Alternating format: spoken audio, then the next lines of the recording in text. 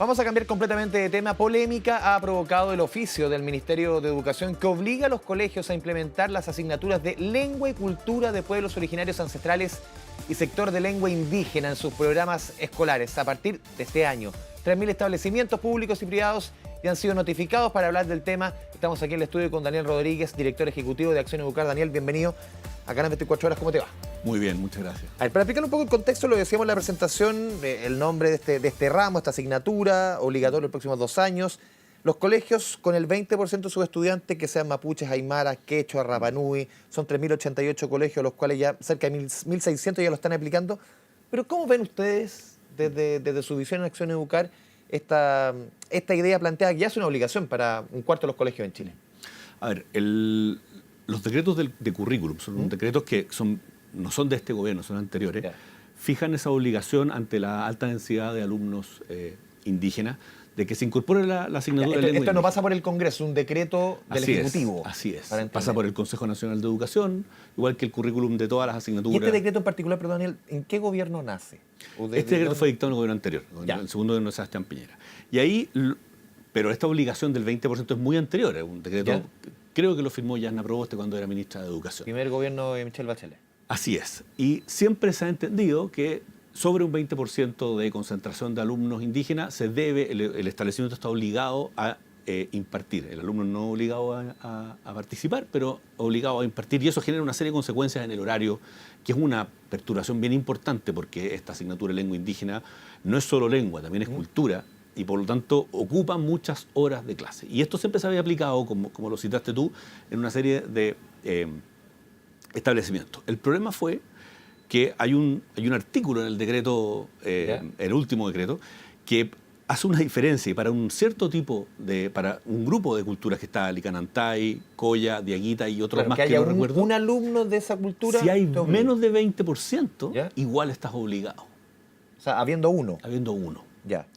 Y ahí es donde hay una interpretación, a mi modo de ver, muy exagerada en el fondo de la ley indígena, porque básicamente te obliga con un solo alumno a un cambio de la lógica del establecimiento y obviamente eso implica un aumento en costos, en docentes, en fin. Porque en el fondo este ramo podría no impartirlo un profesor de carrera. De alguna forma. No lo imparten profesores. Se da ese ancho, lo imparten personas que están habilitadas por el Ministerio de Acreditado, Educación, por un proceso que no es muy transparente, no es muy conocido. Pero el problema central es que esta ley es demasiado... Es una interpretación, este decreto es una interpretación demasiado restrictiva, digamos. Y yo creo que el gobierno pecó de literal, digamos, de ser demasiado literal con esta obligación. Y lo que debió haber previsto, dado el contexto educacional, que todavía estamos en una recuperación de la pandemia, las sucesivas resultados de pruebas internacionales que han mostrado las deficiencias que tenemos en los aprendizajes bases de los estudiantes, faltó un poco de criterio, a mi modo de ver, de darse cuenta que aplicar este artículo del decreto y la interpretación tan al pie de la letra que se hizo podía resultar impertinente para el momento, y esa es la reacción que ha tenido de los colegios. Incluso leyendo varias reacciones, el Colegio de Profesores pide gradualidad, en el fondo, que esto sea gradual. ¿Se puede buscar un camino en ese sentido que sea algo gradual? Por supuesto, esto es un decreto del Ministerio de Educación que podría modificarse, podría establecerse una gradualidad, y también creo que no corresponde, es una interpretación muy exagerada, creo, de la ley, que con un solo alumno esté la obligación de enseñar la lengua. Porque lo que dice la ley es que, no el decreto, la ley, es que el Estado tiene que reaccionar ante una alta densidad de población indígena. Eso es correcto y así es como ha funcionado hasta ahora. Pero aquí no estamos hablando de una alta densidad. Estamos hablando de un alumno, de lo que podría ser un alumno. Entonces, allí ese criterio hay que modificarlo. A ver, Daniel, lo decíamos en la presentación, son 3.088 colegios los que debiesen aplicar, ya 1.600 lo están aplicando, 1.488 están pendientes de alguna forma. ¿Ellos podrían de alguna forma recurrir a algún tipo de instancia, sería de apelación o algo para intentar, no sé, no digo revertir, pero intentar ganar tiempo para prepararse, para intentar, porque no es fácil acomodar todo esto ya en horarios, ya en currículums que son también estresados? A ver, yo creo que esta medida es un error. Yo creo que los colegios debieran presionar al Ministerio de Educación para no solo postergar la medida a una gradualidad, sino evitarla. Ya, pero hoy día en la práctica esos colegios tienen alguna instancia más allá, No, aparte de la no. presión, ya puede ser presionemos o se puede aplicar ir a hablar con el ministro de Educación o la instancia que sea, pero no existe alguna ventana que te diga, ¿sabes qué? Puede haber un tránsito con una gradualidad, ¿no existe una posibilidad así? No, tendría que crearse esa, ¿Ya? y el Ministerio de Educación es el que tiene aquí la posibilidad de hacerlo, pero yo creo que el criterio de decir que el que está en el artículo, que es menos de 20% de ciertos pueblos te obliga igual a impartir la lengua, eso es lo que hay que modificar. Ya. Yo creo que no es una gradualidad, porque cambiar el currículum por un estudiante, y esto no es desvalorizar, digamos, No. la lengua, pero cambiar el currículum por un estudiante es algo que la actual estructura de financiamiento del sistema escolar no aguanta. ¿Qué No hay- significa en la práctica, Daniel? Tú decías, es un ramo que significa, o que ha significado para estos 1.600 colegios que ya lo están aplicando, por ejemplo, en la cantidad de horas a la semana. Por ejemplo, un colegio que tenga, por decirte, 40 horas a la semana, 40 horas lectivas de horas de clase. ¿Cuánto puede significar, cuánto puede ocupar un ramo como este? Mira, eso hace tiempo que no lo veo, ¿Ya? pero en general recuerdo que es una reducción importante en la asignatura de lectura, del ¿Ya? lenguaje, digamos, y una pequeña disminución en historia y en ciencia, porque la racionalidad ahí es que la Ramos cultura... humanistas, de alguna forma, Claro, ¿no? y la cultura, y también ciencia, Sí, sí, sí. ciencias naturales y ciencias sociales, Sí. digamos, y precisamente lectura. Porque la racionalidad detrás es que cuando se enseña cultura indígena no es estrictamente enseñar la lengua, sino también la cultura Claro. detrás de ese pueblo. La Entonces, historia, todo lo que así puede es. involucrar no solamente la lengua. Entonces implica una disminución en las horas tanto de lectura como también de historia y de ciencia. Se puede aplicar, no sé, pensando yo aplicando criterios en ese mismo colegio, claro, en historia de Chile, o típicos ramos que uno tenía, ahí empezar a aplicar en la misma malla del mismo ramo, intentar poner parte de esto. Es que se hace. En ¿Ya? los colegios que decías tú, en ¿Ya? los colegios que tienen más de 20% de matrícula indígena. ¿Se hace de esa forma? Se hace de ¿No esa es forma. que se crea un nuevo ramo? No, o sea, se implementa un nuevo ramo y se modifican los otros, en que se Ya, reduce el perfecto. horario, Como que se acomoda. pero se integra. Ya. Se integra porque además con un porcentaje alto de población indígena, esto se da naturalmente, o sea, estás reaccionando al medio donde estás. Y uno lo va a entender, un colegio, no sé, que tenga un tercio, es obvio tener, porque es parte del ecosistema un poco. O sea, y en muchos de esos colegios no es 20%, o sea, no estamos hablando de 60%, Sí. 80% escuelas rurales, en la cual es lo más lógico que hay lo que se está planteando. El punto acá no es ese se implementa bien y funciona. Claro. En muchos colegios, por ejemplo, de la Araucanía, Entonces, aquí hay una interpretación que es más bien... Acá es el otro caso. media extrema, en el Es fondo. extrema porque son pueblos que tienen muy baja población, lenguas que hoy día prácticamente no se hablan, digamos, y muy pocas personas. Entonces se hace una excepción por una persona, no por el 20% de la matrícula, que es muy distinto a una persona. Entonces, es esa interpretación de la ley que es muy restrictiva, no sé de dónde se habrá originado esa interpretación, es la que yo creo que hay que corregir y ver una forma de lo que dices tú. Bueno, si yo tengo un alumno que es de la etnia Coya, Diaguita, Licanantay, que son Claro. las que tienen Incorporarlo dentro de los ver mismos cómo ramos que podríamos hacer algo, una asignatura extra, alguna alternativa, pero no modificar la estructura completa de la formación y desordenar, afectar aún más, con más burocracia, más trámites, un establecimiento educacional, por algo que en realidad no se ve que sea una urgencia. Y además que también hay que pensar cuál es la capacidad de realmente que eso tenga éxito. Efectivamente, o sea, Ya. en Santiago, porque esto ocurre en muchos colegios de la región metropolitana, que tienen población, pequeños grupos de estudiantes identificados con estos pueblos, conseguir un educador que hable cahuéscar, que sea capaz de impartir el O currículum, sea, en que un esté escenario que hoy preparado, día ya tenemos una escasez de profesores que hay escasez de importante. profesores, que esos alumnos, Conseguir profesores hoy día es difícil. y en colegios donde en cuarto básico el 70% no entiende lo que lee, le vamos a meter aún más una intervención. Creo que ¿Hay otras prioridades, dices tú? sí, absolutamente, absolutamente. Y las pruebas internacionales muestran que lo que tenemos que concentrarnos es en aprendizajes basales de lectura y matemática. Y que tenemos que dejar a los colegios hacer su trabajo y no concentrarse en burocracia, en ir cumpliendo otras agendas.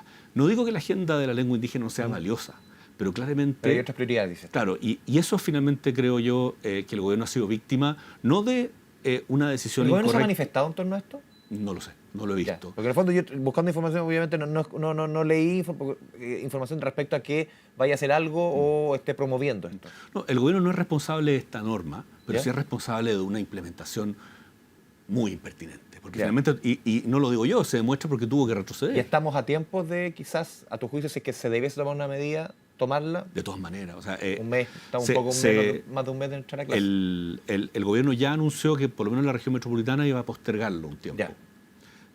Pero aquí no es una cosa de postergación, como decías tú, de ver un calendario de implementación. Yo creo que eso es incorrecto. Yo creo que hay que ajustar esa exigencia a las verdaderas realidades y al financiamiento de nuestro sistema. Daniel, te quiero cambiar de tema, te quiero llevar a otros temas de la contingencia. Estamos en medio, por ejemplo, no te voy a preguntar de pensiones, estamos en medio de la discusión de pensiones, pero en el fondo, para muchos, esta podría hacerse es que resulta, como busca el gobierno, el gran legado. Pero hay otros temas que el gobierno va a buscar empujar este año, y ahí voy al tema, por ejemplo, del fin del CAE, el nuevo sistema FES. ¿Cómo ven ustedes tal cual se ha propuesto? Ustedes han puesto números arriba de la mesa, ustedes han dicho que incluso el fisco podría perder cerca de 9.500 millones de dólares en los primeros 10 años de esta política propuesta ya por el gobierno. Sí, aquí hay dos cosas. Primero, en ese estudio lo que nosotros hicimos fue cuestionar el informe financiero del proyecto. El Ministerio de Hacienda y la Dirección de Presupuesto se han equivocado sistemáticamente en la predicción del crecimiento económico, en la predicción de los ingresos fiscales, en la predicción del crecimiento económico. Los años anteriores estuvieron bastante acertados, más que el mercado. En este quizá el mercado tuvo más. Si vamos para atrás, estaba hablando en este. Ahí sí que yo te corrijo. Muy bien, gracias. En este. De lo que iba a recolectar esto, la repatriación de los capitales. Entonces, lo que hicimos nosotros fue mirar el informe financiero y encontramos algunas cosas que no son muy transparentes, los supuestos que se tomaron, e hicimos otro cálculo con información pública y replicable. No digo que uno sea verdad y el otro sea mentira, no.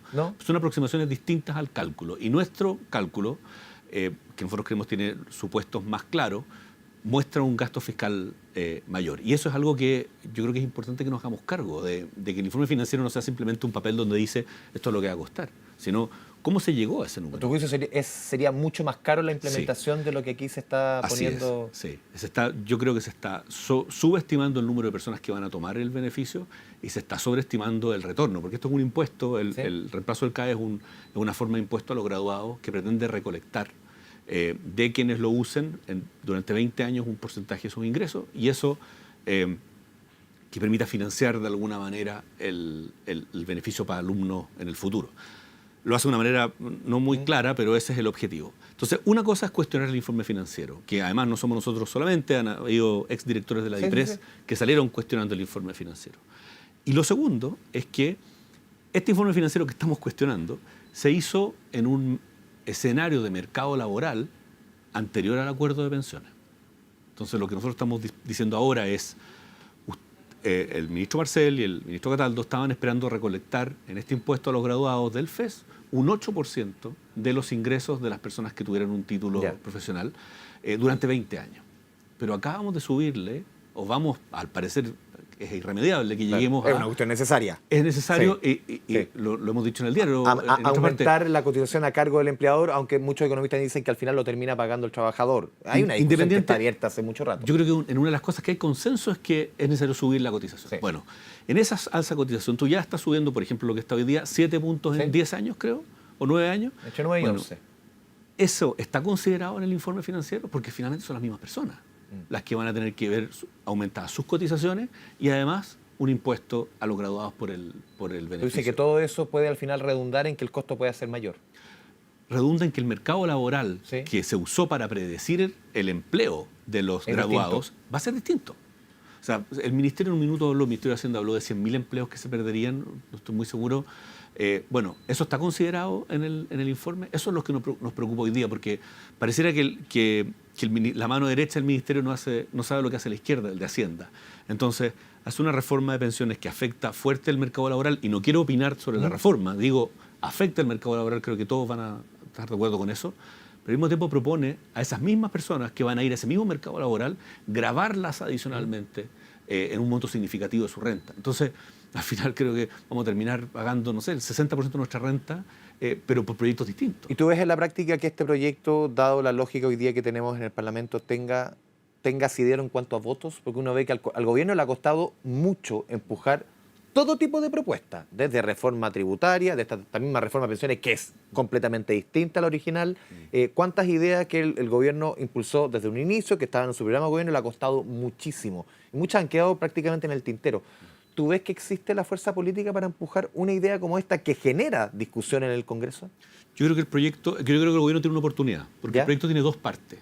Uno es la condonación y reprogramación, y otro es el reemplazo, es el impuesto logrado, el cambio del sistema. Al FES. Yo creo que el gobierno tiene una oportunidad de cumplir su promesa de la condonación y reprogramación de las deudas del CAE, porque esa parte del proyecto no ha recibido grandes críticas. Se puede mejorar, siempre hay cosas que se pueden hacer, pero es una propuesta razonable, mejorable también, que permitiría hacernos cargo del problema central, que es el alto costo fiscal que está teniendo la morosidad del CAE. ¿Tu tema es el tránsito hacia el FES?